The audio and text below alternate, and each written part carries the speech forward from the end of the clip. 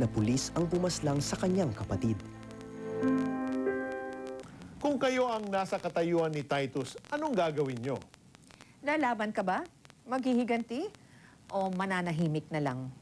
Let's see how Titus dealt with his personal enemy number 1. Malalim pa sa galit eh. Puot talaga dahil parang wala ka ng pag-asa kasi wala ka nang malalapitan. Wala kang mahinga ng tulong. At hanggang sa naisip namin na ipasa Diyos na lang lahat. Upang humupa ang kanyang puot, ginugol ni Titus ang oras sa pagpapalalim ng kanyang relasyon kay Jesus. Yung tuloy-tuloy sa ministeryo, malaking tulong yun. Tuloy-tuloy sa panalangin, tuloy-tuloy sa gawain ng Panginoon. Doon ko nakita na unti-unti nakakalimutan naman, nawawala. Diyos ang nag-aalis. Hindi tayo, hindi natin kaya alisin yun. Ngunit hindi inakala ni Titus na hinahanda pala siya ng Panginoon upang muling harapin ang mga taong pinaghihinalaang pumatay sa kanyang kapatid. Ang kapulisan. Naging bahagi siya ng Bless Our Land to Shine Police Ministry, kung saan ibinabahagi nila sa mga pulis ang pag-ibig ni Jesus. Naramdaman ko wala na yung galit sa puso ko. Alam ko Diyos ang nag-alis nun. At ang ipinalit ng Panginoon, hindi na galit, kundi pag-ibig.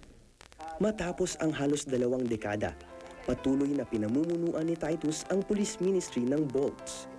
Kasama ang mga volunteers, araw-araw silang nagsasagawa ng mga meetings at services sa iba't ibang unit at grupo ng pulisya sa Kamaynilaan at mga karatig probinsya.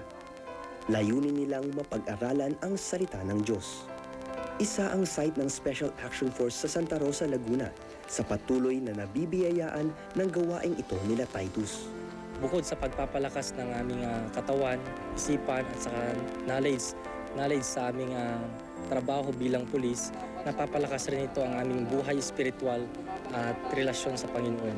Sa kasalukuyan, umaabot na sa humigit kumulang 6,000 kapulisan ang nabahaginan nila Titus at ng kanyang grupo. Even the command is giving us the guidance na mag-participate sa ganito dahil yung effect nga is lasting. At the same time, once na malinis ang iyong kalooban, yung action mo, lalo sa trabaho namin, kasunod na yan. And purely, ito siguro yung solusyon sa maraming problema ng ating bansa. At kapansin-pansin, nakaakibat ni Titus sa misyong ito ang kanyang asawa at mga anak. Una, ang support na binibigay ko sa kanya, panalangin. Kasi wala namang mayayari sa gawain kung hindi tayo mananalangin. Yung pagsama kasi namin sa ministeryo, pagka-available yung mga anak namin, yun ang nagiging way na rin para mag-banding kami mga anak. Kung dati nakikita ni Titus ang mga pulis bilang mga nilalang na walang sinasanto, ngayon ay nakikita niya ang mga ito bilang mga alagad ng batas at higit sa lahat bilang mga alagad ng pagbabagong nagmumula sa pag-ibig ni Jesus. Kasi ito, gawain naman ng Diyos to, hindi ito gawain ng tao. Kasi kung gawain ng tao to, unang-una, sino ako? Para mag-ministeryo sa kanila. Una, yung nga, ako yung taong may galit dati sa pulis eh. Pangalawa, wala naman akong background sa military. At galing lang naman ako sa isang maliit na lugar doon sa probinsya namin. At higit sa lahat, alam ko natutuwa ang Panginoon dahil halos araw-araw may kaluluwang tumatanggap sa Kanya. Yes.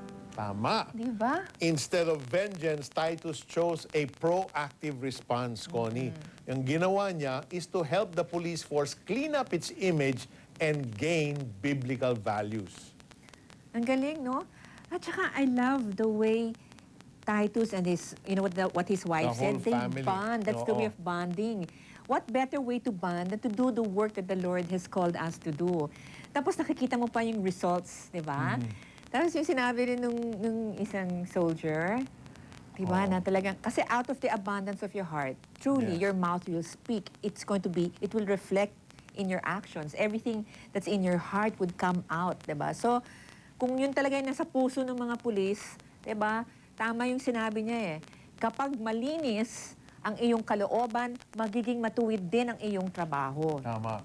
And you know, when I see and hear our men in uniform speak that way, then I know truly God is working in their lives and in our country.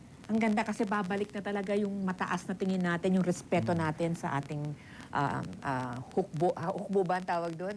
To the Yes. military. Yes. If we want changes to happen in our nation, we must take part in creating those changes. Tama na ang reklamo. We can do something to help our country in our own little way.